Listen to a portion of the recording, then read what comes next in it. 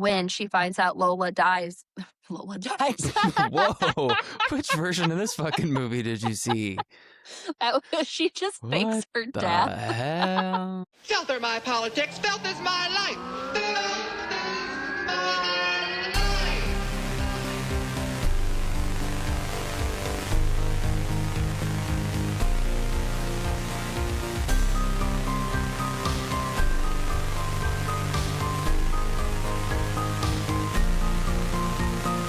Take whatever you like. Jellicle cats and jellicle doos, jellicle something, jellicle do. Jellicle song for men, jellicle cats. Jellicle song for jellicle cats. Well, hello. Welcome to the Cinefilth Podcast, where co-hosts Genevieve and Mitchell take a well-deserved break from their tumultuous lives as a stay-at-home mom and an insurance agent to tackle a topic do you mind? Just trying to fix my camera. Okay, You're continue. really killing the flow of the intro when you're fucking with your camera like that. As I was saying, well, there's two sentences I said, so I might as well just start over again. Welcome to the Cinefilth Podcast, where co-host Genevieve and Mitchell take a well-deserved break from their tumultuous lives as a stay-at-home mom and an insurance agent to tackle a topic no other podcast has dared to discuss. Movies. Spooky movies, classic movies, queer movies, new movies, all the movies your parents warned you about. I'm Mitchell. And apparently I'm Genevieve. Genevieve. Did I say it like that? Yeah, you're like, it's Genevieve. I'm Genevieve. We'll get into some fun accent work in this movie we're about to discuss, but we're talking about a movie that we love so much that we had a over 1 hour conversation about it yesterday with cameras and microphones on, but we just had so much fun that we wanted to meet again today. And it's not because we didn't record it correctly, or at all, but it's because we love this movie. Yes, we do. We have never had a technical issue in our lives. No. I will fight people about this movie. I've gotten a lot of positive messages because I announced on our Instagram that we were going to do it. And it was mostly positive, but every once in a while I get someone being like, "Are you serious?" And I'm like, "Yes, it's so good. What are you talking about?" What are we talking about, Mitchell? We are talking about the 2004 masterpiece, Confessions of a Teenage Drama Queen, starring a cast of people that I will let you list off. Okay, so this cast is stacked. Everybody knows Lindsay Lohan, right? Or Lohan, depending on your vernacular. But this movie, directed by Sara Sugarman, is Lindsay Lohan. Sheila McCarthy is in it, but anyway, I just love her. Allison Pill, Megan Fox, Glenn Headley, Carol Kane, Adam Garcia, and yeah, Sheila McCarthy. It is a stacked cast, mostly of women. There's like a couple dudes in there for good measure, but they're almost an afterthought, which is funny because the movie is about Lindsay Lohan, who moves from New York City to New Jersey with her family. Well, with her mom. Her parents are divorced. Her mom and her little sisters. Yes, there's two. There's Yes. twins. That's what I thought. I was like, they're twins, right? Is she allowed to say that? I love it so much. And yeah, they move to the suburbs. She makes friends with Allison Pill's Ella because they both love the same band, Sid Arthur, and they're obsessed with the men at the helm of this band. But they are big time fans. They have pins, they have scrapbooks, they're obsessed. And Megan Fox plays school bully Carla Santini. She's a mean girl. And Carla and Lola, Lindsay Lohan, are in competition for the school musical Eliza Rocks, a rock opera adaptation by Miss Carol Kane as Miss Begoli of Pygmalion. And to quote Lola, "Classics are classics because they're classic." Period. And yeah, and then they also try and go to a concert, and it's a lot of fun. Never meet your idols. And also don't lie because it will catch up to you, and stay true to yourself. You don't have to have a high IQ to succeed in what you do. You just have to have no doubt. Just believe in yourself. This is me. Look out, 'cause here I come. I'm gonna march to the beat of the drum. That's not the words. I don't think that's it at all. I'm just thinking of all the Pride events where there has to be your token queen doing "This Is Me." Maybe at the end holding up a Pride flag or something like that. I'm a sap. That would still make me cry. I'd be like, oh my God, it's Sam. There's certain songs where you just hear it and you're just like, oh. Anyway, there's no songs like that in Confessions of a Teenage Drama Queen. Mitchell, do you remember seeing this movie for the first time or how it came into your life? No, I No, me don't. neither. I didn't see it in the theaters. I just remember seeing it. I had it on VHS. I don't think that VHS is still within my parents' possession. I think they gave away all the VHSs before we realized what they would become. But no, I just remember watching it religiously as a child. I think I still have my childhood DVD. I was fancy. I got the DVD. And I remember watching it because I was 11 when this came out. So it was like the perfect time for me. I was a tween and I was just starting to like, I wouldn't say confront it, but become aware of my own internalized misogyny without having the words for it. It was more like, wait, I don't think being girly is a bad thing necessarily. And I like fashion and I like pretty things and I like pop songs. And that's what is this movie if not fashion and pop songs? You know, I like being enthusiastic and excited about stuff. And there, I don't know about you, but coming of age when I did how I did, like girly was a 4-letter word. It was like, oh, I can't be feminine. Ew, pink. Bleh. And now looking back, I'm like, movies like this, movies like Legally Blonde, were like, you can be girly and just so long as you're being true to you and true to your own ambitions and like your dreams, it's okay. And I was like, I needed that, I think. So We all became Lolas. None of us wanted to be Lolas, but we all became Lolas. I think I No? wanted to be Lola. I wanted her wardrobe. Yeah. Wardrobe. That's an element of movies. Ever Who's in heard of charge it? of the wardrobe, Mitchell? Costuming? Have you ever heard of it? The costuming in this movie is done by the fabulous David Robinson. And we definitely both highlighted this on our rewatches of this as far as it's a character in itself because the costuming is so good in this movie. It's unnecessarily good. It's so good. And like the costuming for this movie started with the script, which was adapted from the novel by Gail Parent. And even in the script, she had like, oh, she shows up to school in this Greta Garbo inspired outfit and ended up being a little more 70s boho looking.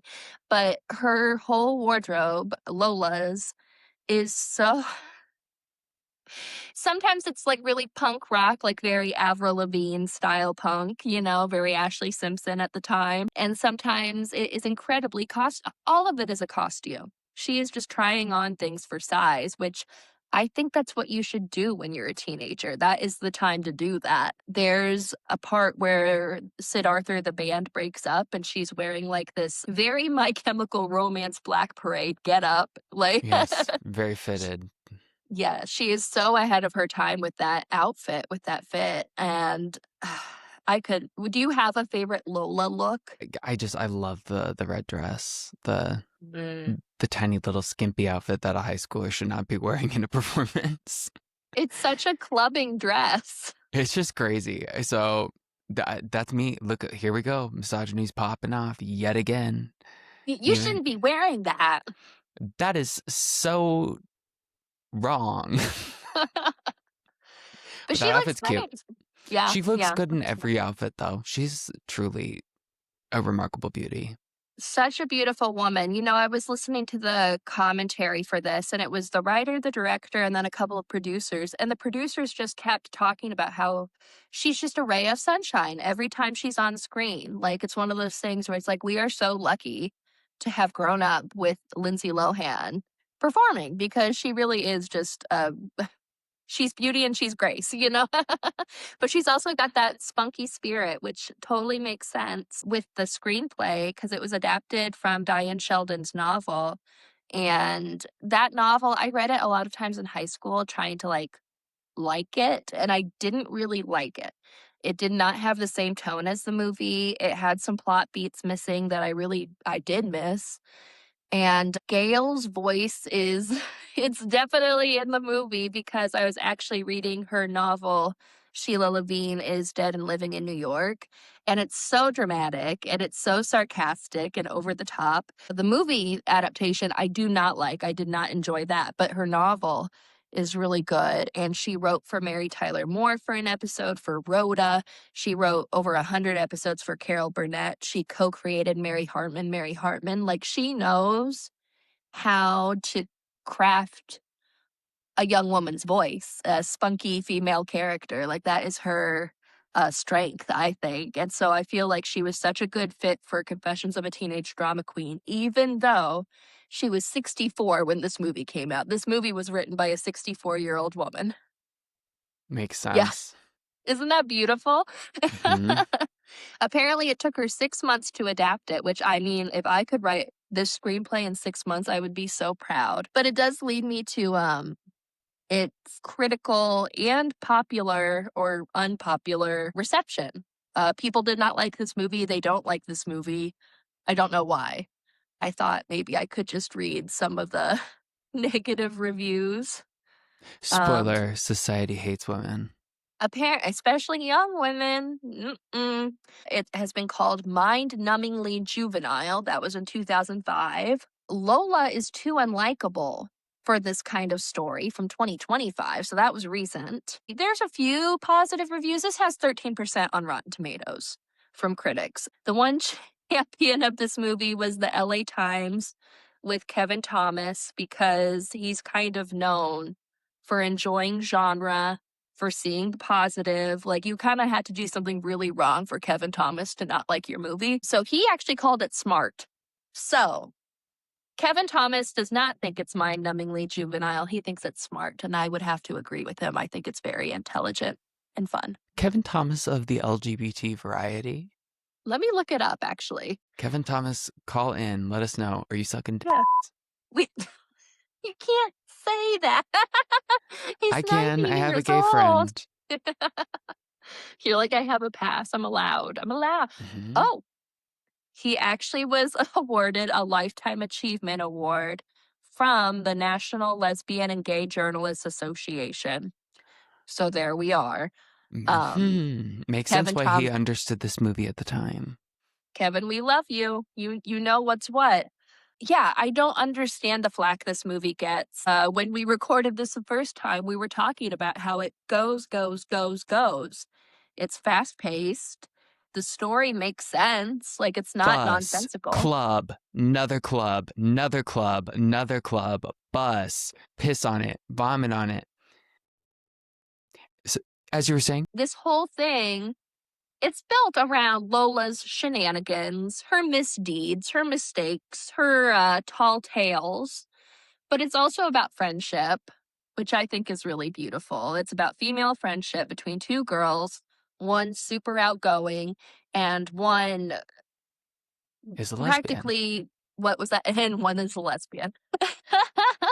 Allison Pill, you will always be typecast. I'm so sorry. We love you, though. Ella never had a fella because she was eating.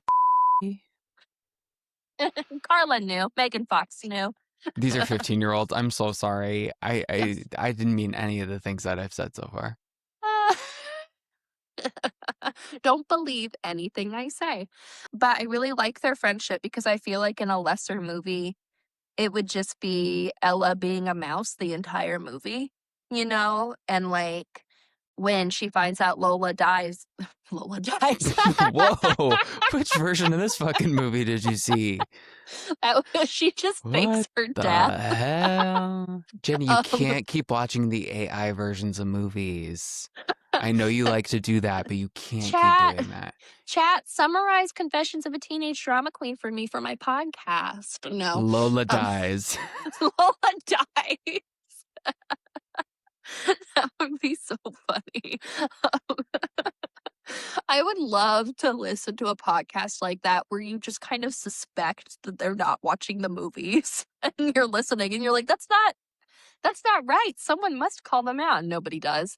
Um, that's what it's like to exist on the internet right now. But in this movie, once Lola's lies come to light, Carla is the one to say, hey, this girl's been lying about everything. Ella is at first hurt and draws back a little bit, but she ends up being the one being like, you taught me to be out there, to be myself, to be ambitious, to go for it. And I will not forgive you if you're going to let one person being a jerk to you stop you. Like, that's not what you taught me. That's not who you are. And so I just think that was her monologue is just so beautiful. And it just shows to me that this movie really understood what a healthy friendship looks like in a movie where a lot of mistakes are made. I would agree. And I think that kind of ties back to what Kevin Thomas said about this being a smart movie. I think that's just one example of a really smart way of going about the certain topics the way in which this movie does. I mean, that relationship in itself is different than what we'd been seeing, especially since the conflict between the two friends isn't the actual central plot. It's a part of it, but it's not the driving force in there, which I was also going to say, it's also not about the movie ending with the girl getting the guy. I mean, that kind of happens, but it's again not the central plot. But something I forgot to mention yesterday when we were talking about it, and I remembered it today, is the way that this movie depicts a divorced household in a way that's healthy. You don't see them fighting with each other. They're actually civil with each other. They sit, relatively near each other at her performance. They call each other. I feel like when you see divorced parents in most TV and film, it's always like they hate each other's guts. Whereas this, I thought that was smart. It doesn't take away from the plot. Right. Lola's not traumatized by their divorce. She's very matter of fact about it, except for when she lies to Ella about it because she doesn't want Ella's mom, played by Sheila McCarthy, to judge her mom, which is another example that we thought of yesterday about how smart this movie is that most kids in Disney movies are like embarrassed about their parents, or their parents is like their parents are like a glowing example of adulthood. Whereas her mom's kind of quirky. She's an artist. She doesn't use the microwave. Like, she's a bit of Very an eccentric. maha. Oh no. Thank God that didn't exist in 2004 in the same iteration it does now. But Crunchy used to be a left-leaning thing, and now it's not, and I'm sad. Yeah, do you think Lola's mom would have voted for Trump? You ever think about that? I mean, she moved to the suburbs, didn't she? Like, there's your answer. Um, She would not last a day in Mamdami's New York. Oh my God. Well, she's also played by Glenn Headley, who co-founded, I believe, the Steppenwolf Theater Company. I think she was married to John Malkovich. Like, she's this movie is just sprinkling these big deal actresses throughout it. I'm obsessed. And Lola's obsessed too. So when Ella is like, oh, my mom thinks your mom is weird and she's a single mom, Lola concocts this whole story about my mom and dad were the loves of each other's lives until my father died tragically. And it's so sad. And how dare you judge her? And that's just so beautiful that she would go to that length just to defend her mother's honor. Yeah, it's refreshing seeing the kid actually care about their parents to the point where they would confront their friend about it rather than just, letting their friend talk shit about their parents. Because I feel like kids do that. Mm-hmm. Well, and that's another thing about Lola that I think I read a lot of negative blurbs about this movie. And one thing that would come up is they're like, oh, she's not a good example because she lies. And I'm like, okay, but she also is so, she knows what she's about. You know what I mean? Like, she is very confident in herself to the point that she will confront her friend and be like, hey, that's not okay. I can't believe you would let your mom talk about my mom like that. I wouldn't do that to you. Um, and like when Carla is being like, well, maybe someday you could sit with us. And Lola's just like, oh, that's all I ever dreamed of is to sit with you. You know, she's just so confident. I think she's a good example, especially because she learns from her mistakes in these movies. In this movie, I wish there was another. But yeah, I just think, my mom and I didn't mention this the last time, the last time we recorded this entire episode, but my mom and I were talking about the Bible. And Woo! yeah. Well, we were talking about like some of the parables that Jesus taught, and she was saying, nobody steal my mom's idea, but she was talking about how it feels like a lot of the lessons he was teaching were for men in power. Like, oh, turn the other cheek, you know?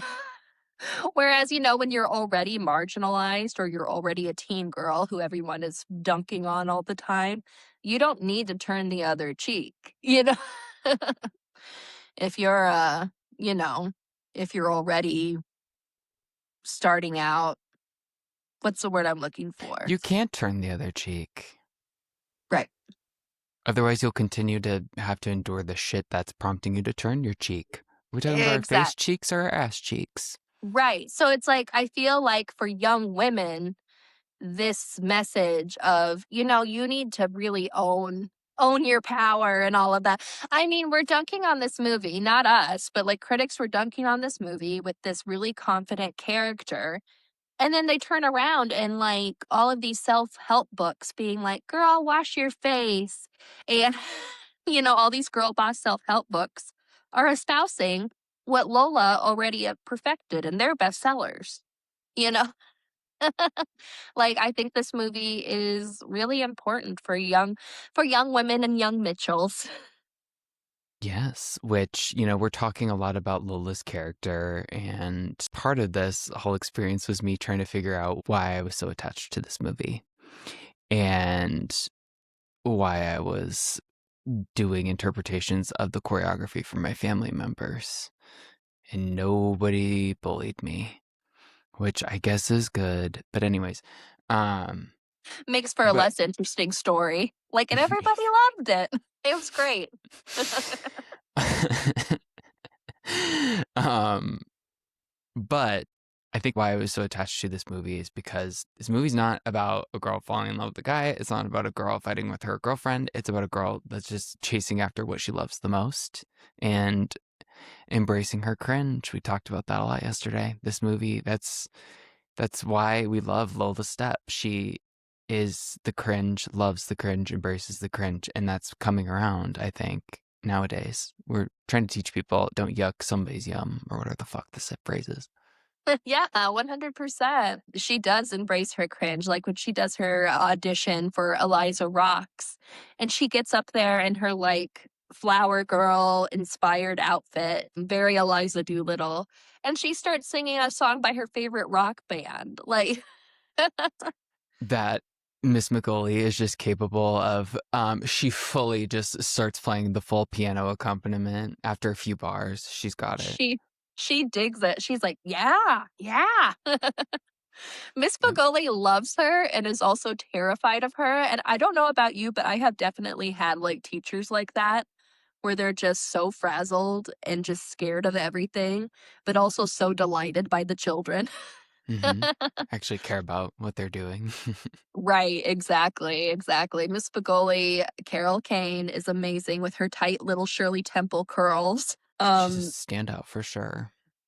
Yes, yes. And yeah, that's another performance where it's like, how can you not adore Carol Kane in this movie? She's an icon. She is. I love her so, so much, particularly in Kimmy Schmidt. And I'll end it there because yesterday we talked about Kimmy Schmidt for a hot Long second. time. Yeah, yeah. I know. Oh, you know what? We've talked a lot about the cast. I've talked about Gail Parent.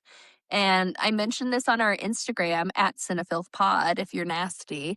Um, and the director of this, Stephen H. Burham, is an Oscar-nominated cinematographer. Did I say the director? The cinematographer of this, the director of photography. He got nominated for working with Danny DeVito. He shot a couple of films for him. He shot almost all of Brian De Palma's movies in the 80s and 90s, Body Double, Mission Impossible, and his last movie is Confessions of a Teenage Drama Queen, which I think it's a gorgeous movie. It has this beautiful pop-up book motif throughout it, where every time Lola has like a fantasy of some sort, whether she's Audrey Hepburn or she's Marilyn Monroe, she does both. She's both of the Hollywood icons in this movie. It goes to this cool pop-up book style, which is also like, yes, that's how inside her brain works, but that's also how her art works because she literally has a Sid Arthur scrapbook that has pop-up elements. Like, I love how they incorporated the fantasy into the prop department. And she just Lola Sepp, you would have loved zine making. She would have thrived in the 90s. Oh, and the pop-up books come back. Before I forget, they do come back in the Eliza Rocks number with the library dance sequence. I learned in the commentary that they were inspired by like 42nd Street with like the moving buildings. Instead, in the Eliza Rocks, it's with the library books popping up. And they also like reference Busby Berkeley choreo with the shopping carts and the grocery store scene. It's really, once you realize all of these references that went into it, things like Barbarella for the costume sometimes, like it's just, it kind of blows my mind how much is in this movie. And it suddenly makes so much sense why I love maximalism in cinema so much. The Eliza Rocks musical sequence in this movie is really when you have to let your suspension of disbelief come into play at this high school production being led by an orchestra of MacBooks in which there's moving props and full professional dance sequences. And oh my God, it's so good. I really, really wish let's make a whole movie just on Eliza Rocks. 100%. Slime tutorial, Eliza Rocks. Yes. Oh, we deserve that. Mhm. Slime tutorial, Eliza Rocks. When? I'm writing that down because someone, people do like fan videos of like Friday the 13th, Indiana Jones. Why not Eliza Rocks? That sequence also has one of my favorite lines in the movie that I very much had to turn the subtitles on because I've been spending the last over 20 years not knowing what she's saying. For good reason. So I will give it another whirl tonight and try and do my best. Yo, you got no rights to write down what I'm saying. Those are my personal words. Translated, Yes. yo, you got no rights to write down what I'm saying. Those are my personal words. I want to know whose idea that pronunciation was or who left it in. I just want to know. Yeah, because nobody else was going, what the fuck are you saying? Yes. Her New Jersey or New York accent, it's literally cursive singing. Right. Oh my God. She was trying to be Dustin Hoffman in Midnight Cowboy, and instead she's Halsey. Yes. Do it, Mitchell. I thought you'd never ask. Yo, you guys know what I'm saying. My boy, way. Yay! I'm glad you enjoy it now because you normally hate when I do my cursive singing. It usually feels like nails on a chalkboard, like it sends a shiver down my spine, and I'm like, stop! Maybe it's just when we're in person because you can feel the vibrations of my vocal fry like running down your spine. Maybe, like I can hear it, like where those vowels are disappearing in the back here. Like, oh my gosh, I was paying attention during voice lessons. I just am not good at it. But oh my God, that's too funny. One of my favorite lines I realized, besides, I think I mentioned it in our first episode ever. I love Miss Begoli when Mary/Lola tells her, please call me Lola. And Carol Kane is like feeling the word in her mouth. She's like, Lola, Lola. And it's so beautiful. That is a vocal stim for me. Like I just want to always say Lola. But my other favorite line is when Ella and Lola are in the diner with a very drunk Stu Wolf. Wait, no, they're not at the diner. That's a whole other thing. It's when they're at the after party and he seems to have calmed down a bit. He's not mad anymore, but Lola's trying to talk to him about his lyrics and how, deeply beautiful and Shakespearean they are. And he can't remember what he was thinking about when he wrote them. He's like, I don't know. And she's like, what do you mean you don't know? And he's like, sometimes life's a little foggy, a little soggy. And I just Crazy all the thing to time. say to a 15-year-old. Yeah. Sometimes life's a little foggy, a little soggy. Which now every time I watch this scene, I just picture you. It's you and me to a T. It's you're trying to divulge the poetic nature of my opinions on movies, and I'm usually not of a Not in the normal. right mindset. Yeah, I'm out a little out of it, and I don't. Yes, it's a lot of pee pee poo poo, and you're like, such a shame. I won't get to talk about your poetry with you. You're a drunk. Drunk. Again, that's Oh. crazy that a 15-year-old is telling an adult rock star this and Mhm. leading him on his sobriety journey. I feel like this movie influenced me because within a couple years of this movie coming out, I had such a crush on Billy Joe Armstrong, who I do not believe is a drunk, but he was in his like early 30s. This And I movie had led you to your sobriety? it made it clear to me that like no, you do not want to date the adult rock stars. You might, you might love them, you might love their art a lot, but like no, you really don't want to get on that tour bus. And I'm kind of grateful because I know a lot of people who did not learn that lesson easily. Whereas I'm just kind of like, I've seen Confessions of a Teenage Drama Queen. I know not to meet my idols. Another thing that you brought up yesterday was how Mean Girls came out literally right after this movie, like 2 within months. months. 2 Yes. months. And it's a completely different in tone, completely different in character. And you had thoughts about Megan Fox versus Rachel McAdams because you like to pit women against each other. I do, which, I mean, we'll have to get into the Hillary versus Lindsay of it all. You can women bash then, Jenny. Calm down. I know you're excited. I hate But women. we know. But yeah, these movies came out, and it's so crazy how Mean Girls has become what it is. It's just Mhm. so massive Yeah. and successful, iconic. I would say it's generally pretty acclaimed, right? Oh, yeah. Yeah. I don't know anybody who's like, oh, that's a bad movie. Whereas me now, I've seen Mean Girls a couple of times, but I don't think it holds a candle to Wind versus Confessions of a Teenage Drama Queen. The characters are more interesting in this movie. In Confessions, I like Lola versus Caddy. Like, no Mhm. comparison.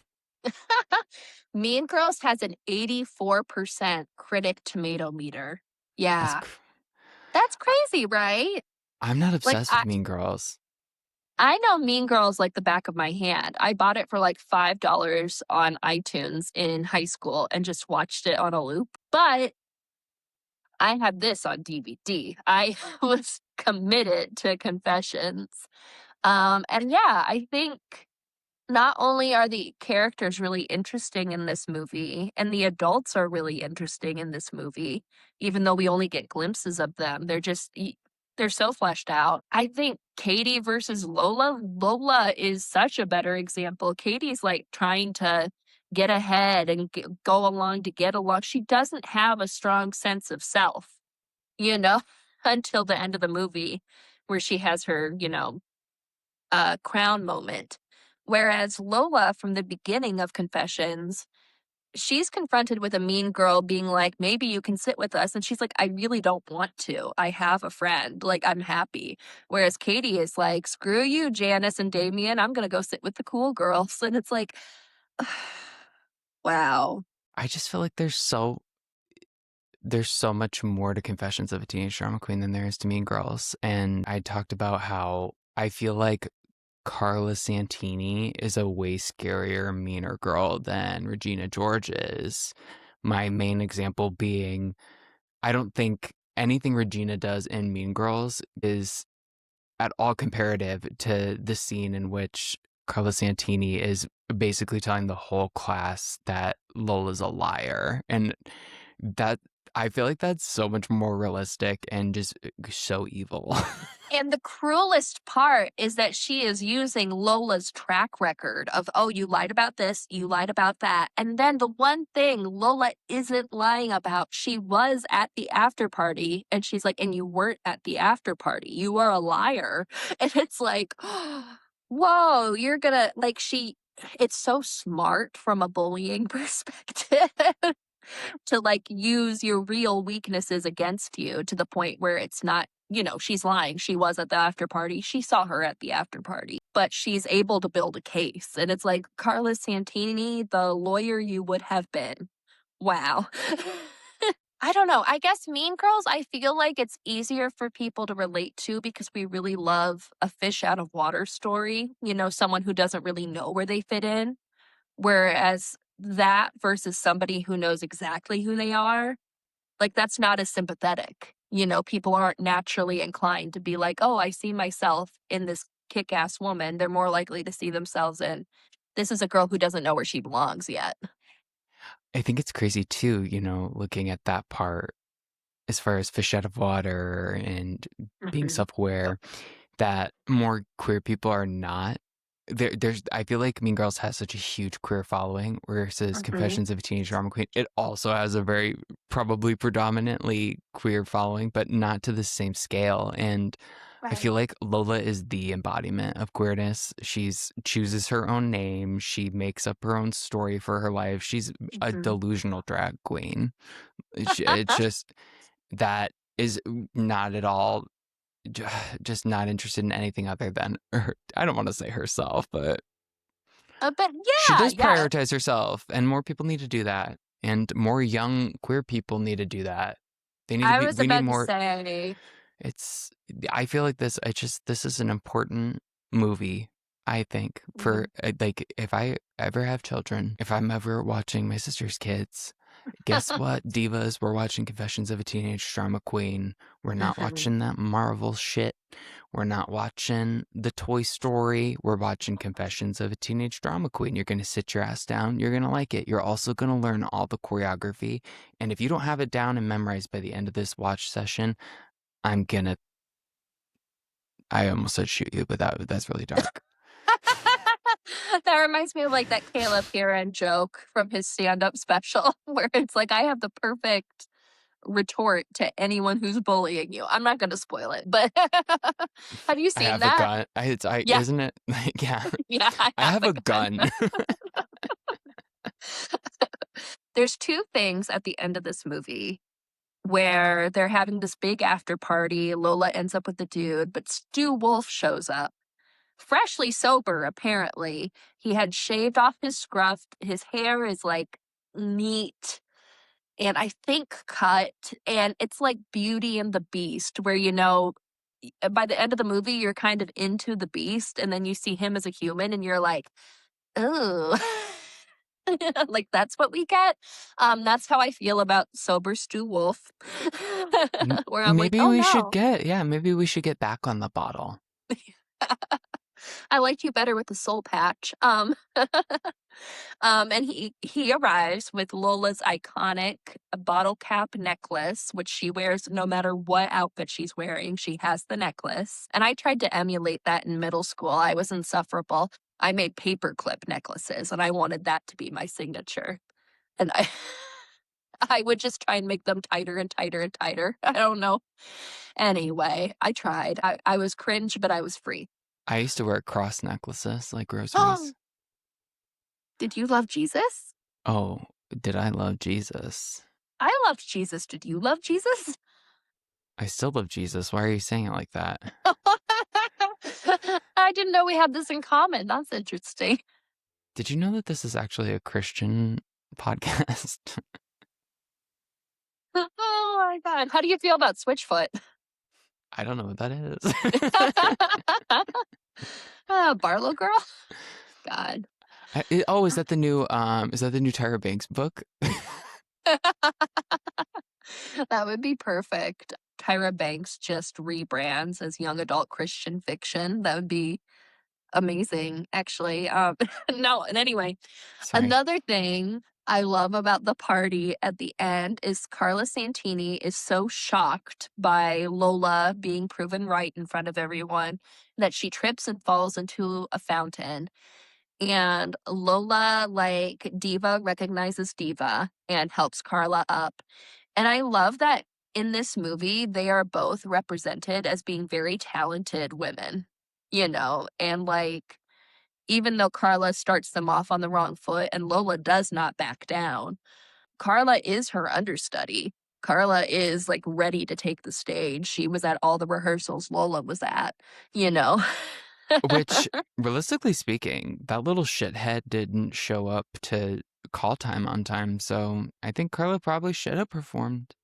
Instead of her bouffant, her Oh my old lady God. bouffant. I love that shot of Megan Fox. The juxtaposition of just Megan Fox being in a bad community theater wig is so incredible.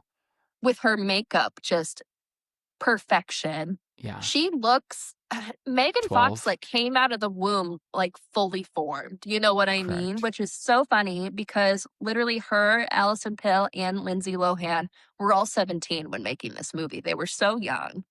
Children. Um, they were children, and that just makes me wanna talk about Lindsay Lohan's career a little bit and about how, like, she had this hot streak in the aughts and then, made some unfortunate choices while also being dealt kind of an unfortunate hand with, like, her family life and stuff. But as a kid, I thought her, like, life was over when her career hit, like, a roadblock, you know?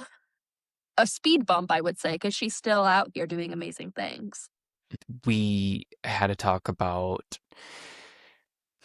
the crazy working conditions that these young child actors were going through. As far as she had this, Mean Girls, Herbie Fully Loaded, she did music videos, she released an album, banger.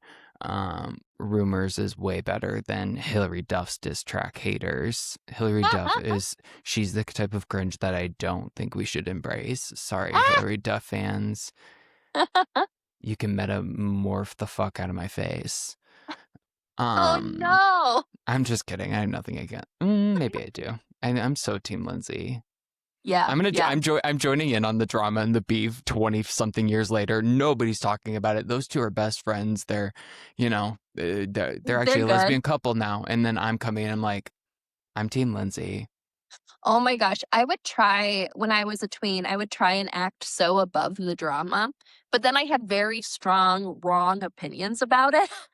I'd be like, "I'm above that."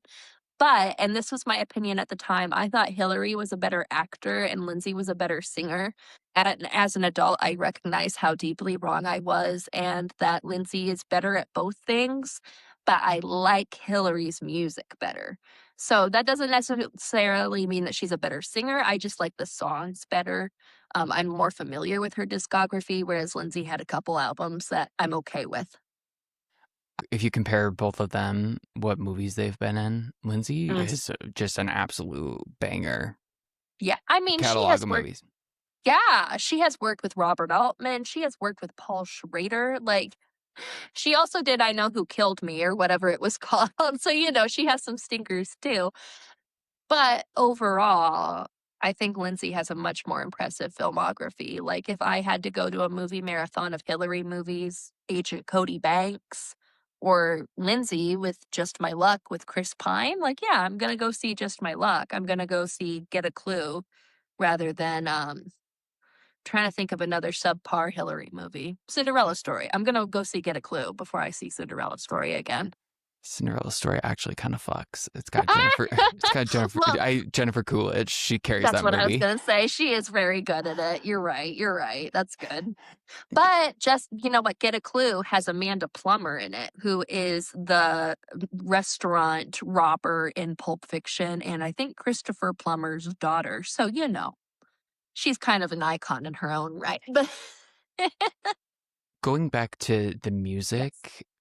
I was Yeah. gonna say I feel like the reason why Hillary had a better music career is realistically I don't think either of them were writing their music. I think No. Hillary was just she probably just had better access to better songwriters, and if Mhm. I'm sure the industry was pushing her stronger than they were Lindsay, because Lindsay, I feel like her image probably started to shift before Hillary's as far as the less desirable I'm not a Disney Behaviors. star, yeah.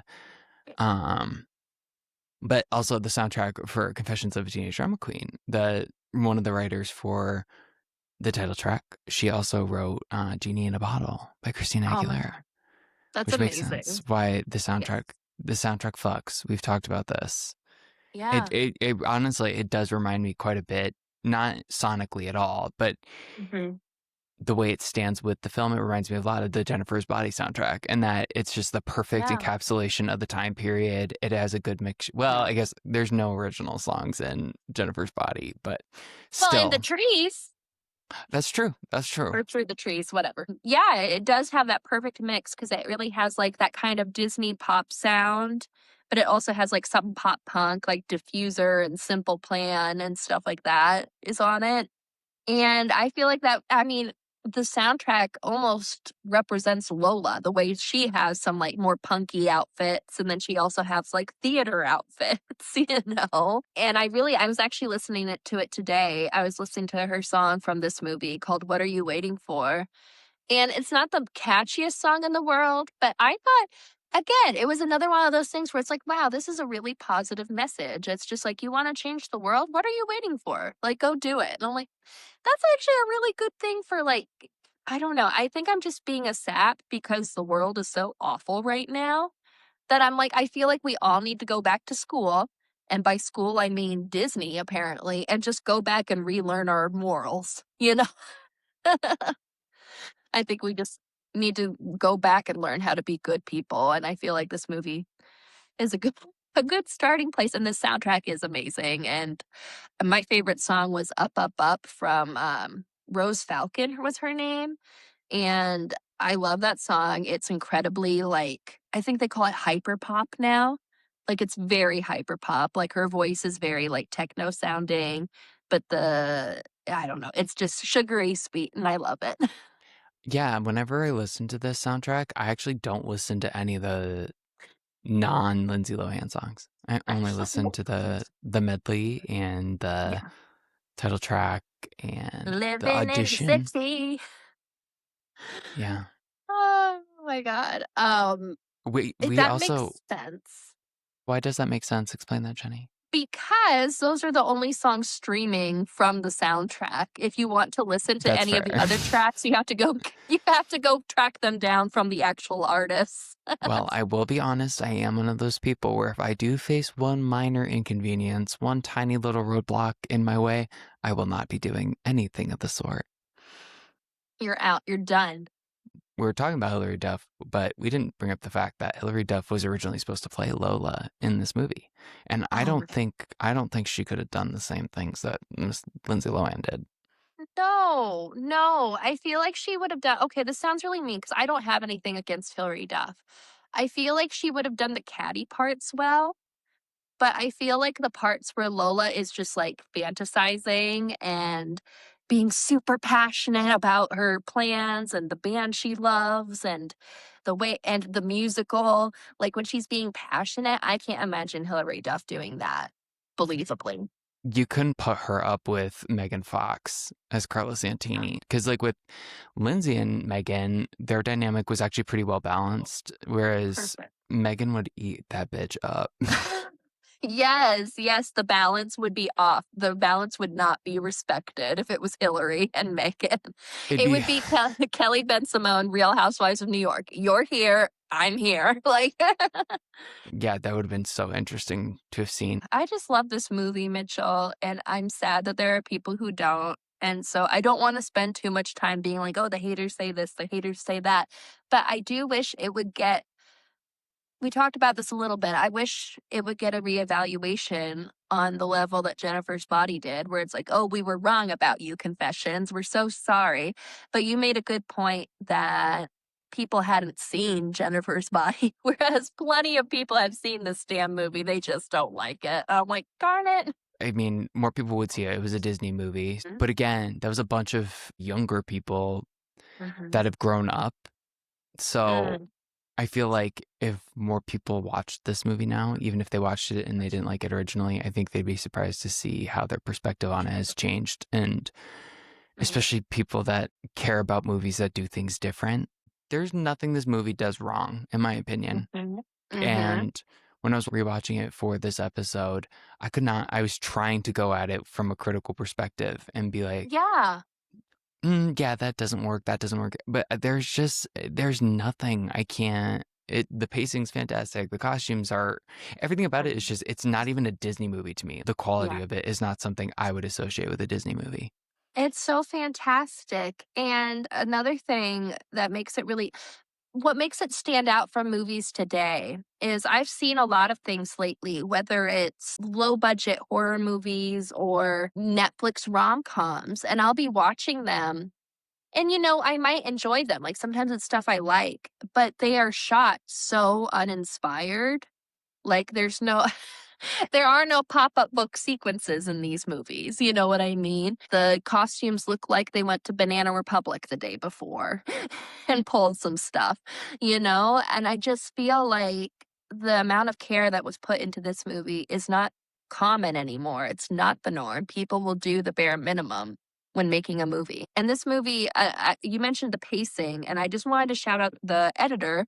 I might butcher this. It's Anita Brandt Burgoyne. She actually edited two of my other all-time favorite movies that people tease me about, which is Legally Blonde and Good Burger, which also perfect movies, no notes, fantastic, with great pacing. Great pacing.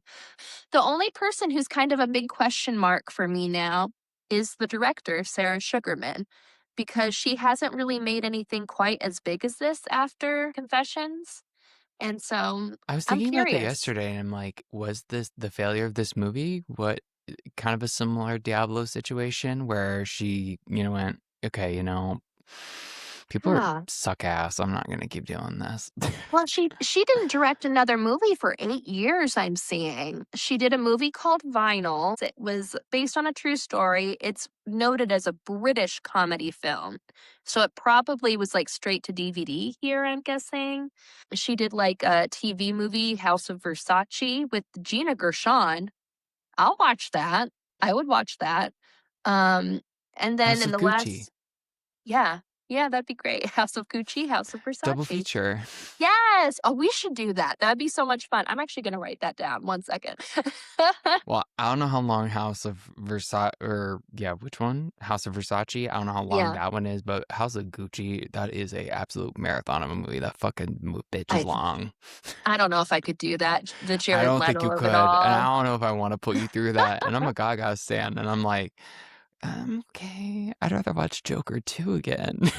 Oh my gosh. The last movie Sarah Sugarman made was in 2022. This is the last one she finished. It was called Save the Cinema, and it's another British movie, and it's about a woman trying to save a movie theater in Wales in the 1930s. So that's, I don't know. Yeah, it's interesting. She had an interesting career after this, but she has huge gaps. There's 8 years after Confessions, and then she did 2 movies, and then she didn't make a movie for another 9 years. I want good things for you, Miss Sugarman. I think you're really cool. Almost every photo of her, she has, like, the most punk rock hairdo. I'm obsessed. This is a great time to put a picture of Sarah Sugarman on the screen because she seems so cool. So I want good things for her. Jenny, you Did we said that get? yesterday. I know.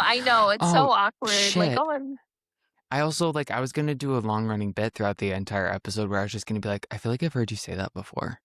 We definitely left out. Yesterday, I did pitch a potential new intro. Instead of being a stay at home mom and an insurance agent, it's a f***ing his hag.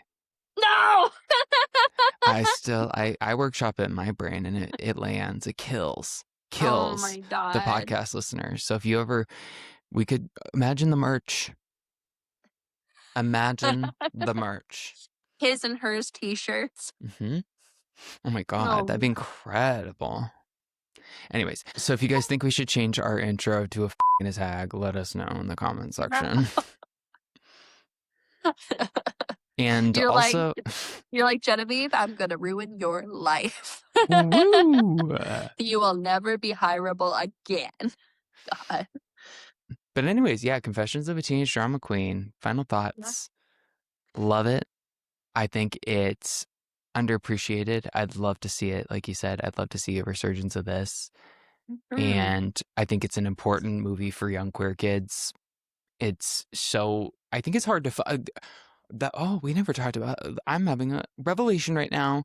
I'm trying to think of all the, there probably are not a huge amount of queer movies that are appropriate for younger queer kids.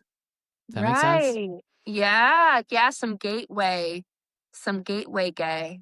It's a movie that's not shoving heteronormative relationships down, which is weird in itself for kids. Like, But they do. it's so common. But then on top Mhm. of it, just these character types, these Mm. unapologetic, building their own narrative characters, Yeah. which kind of teaches you it nonchalantly without grooming. You can live the life you want to live. Exactly. Without, you decide what that is. Yeah. Oh my gosh. That's a beautiful way of putting that. And I think this is such a positive example for the youths. I love this movie. I love Ella's purple flapper dress. I love that Oh, there's a yeah. Dance Revolution standoff. I love that when Megan Fox got famous, I was like, that's Carla Santini. That's my Carla Santini. She belongs to me. Yeah, this movie never did anything wrong in its life. I think This movie deserves an apology it deserves from an a lot of from people. every single critic on Rotten Tomatoes. The only reason this movie got shit on as much as it was because at that time it was much cooler to hate women. Well, and one thing is that I thought all the critics would be men because critics tend to be men, and the majority of critics are men. But I was looking through those negative reviews, and a lot of them were women. And I was like, wow, I was working through my internalized misogyny when I was 12 and 11.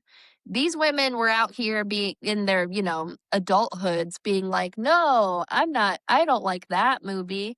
That movie's for little girls. And it's like, if a movie is well made, it shouldn't only be for one demographic. You know what I mean? Like, it should appeal to everyone. And to me it does. But I also saw it when I was a little girl. So I don't know. It doesn't scream kid movie to me. Somebody of any age and any demographic could take something away from this movie. Yeah. God. We love you, Lindsay. Make a sequel. They have Camp Rock 3 coming out. They're starting work on Cheetah Girls 4. Why not Confessions 2? Why not? Slime tutorial. I need it. I think you and I should hunt down all of the female critics that shit on this movie and send them emails and be like, so, do you want to talk about this? Oh my God. Oh my God, let's Why host. do you hate women? Oh my God, we need to have a special episode, and it's going to be just a group intervention. It's a roundtable. It's us and then all of the female critics that shit on this movie. And we're going to cry. We're going to talk about our feelings. We're going to talk about how fucked up they are. I might even let you talk about Maggie Gyllenhaal for a few minutes. Maybe you could channel what they were doing. Yeah. Oh my Maybe we could God. get Maggie to show up. I don't know. Cinefilth does Jubilee. Oh no. Oh, that sounds awful. If That sounds listeners, like my if you're into living that nightmare. idea, let us know in the comment section. I've given you a lot of requests for the I comment know. I'm like, section. you've had a lot of good ideas, Mitchell. With that, we're Don't say that was you couldn't have said that any less earnestly. You've had a lot of really great um ideas, Mitchell. yeah, real good ones. Just full of them tonight. With that, where can listeners find you on the interweb if you want them to? Not this again. Fuck. Oh yeah. I don't know. Yeah. I'll go. Pop off, Queen. Come on. Yeah, I got Blue Sky. If you wanna find me in the desert over there, it's Jenny Radosti.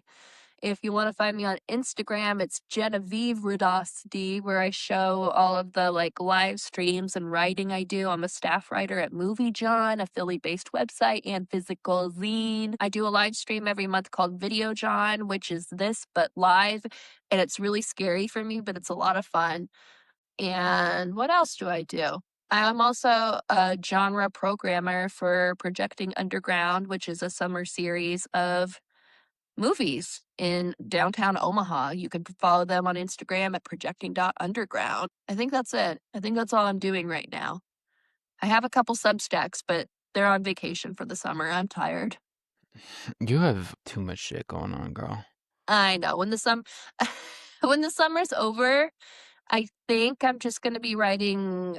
I'll have my live stream, I'll have this, I'll be writing Disc Dispatch reviews for Movie John, maybe starting up the Substacks again, I don't know, we'll see. I had to go look up what my Instagram handle was because I literally didn't know it, which makes sense. It's really difficult to remember at Mitchell Polly. There you Uh, go.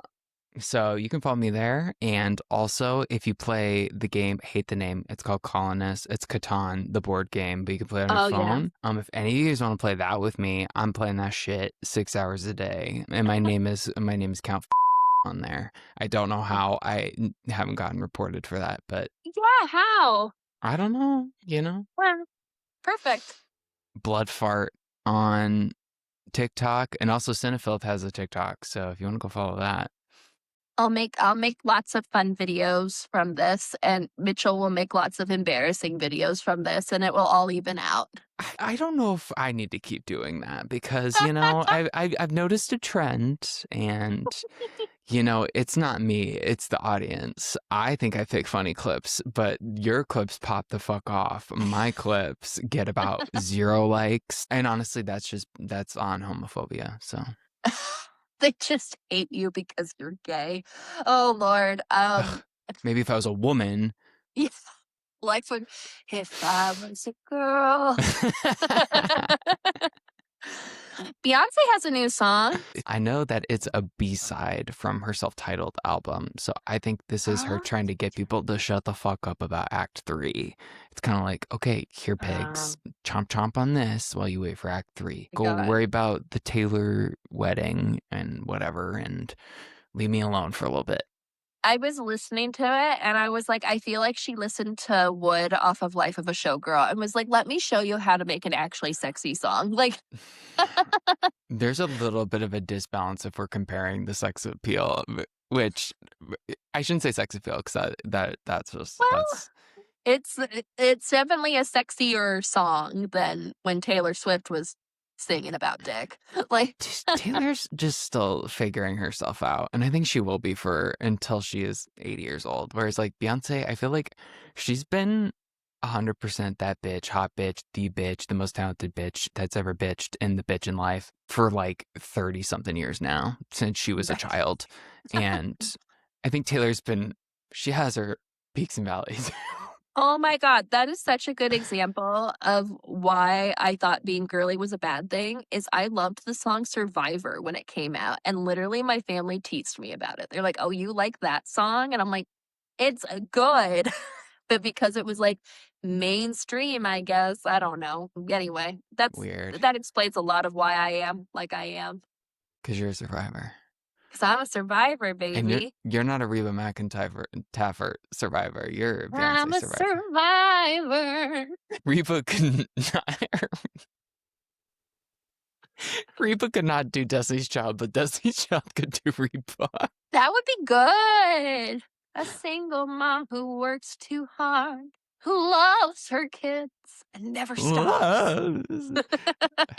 Have you seen their video of Destiny's Child singing the national anthem? Have you seen that? No. And it's You need to send that to me. it's so funny because it's just like the three of them completely over singing it, and like it almost seems like they're competing with who can be the most, who's the most extra, and it's so good and so funny. Oh my God. Well, it is officially my son's 7th birthday, and I'm so tired. My eyes are starting to cross, Oh, so I should probably. They're starting to. Yeah, what do you mean? They're not always like that.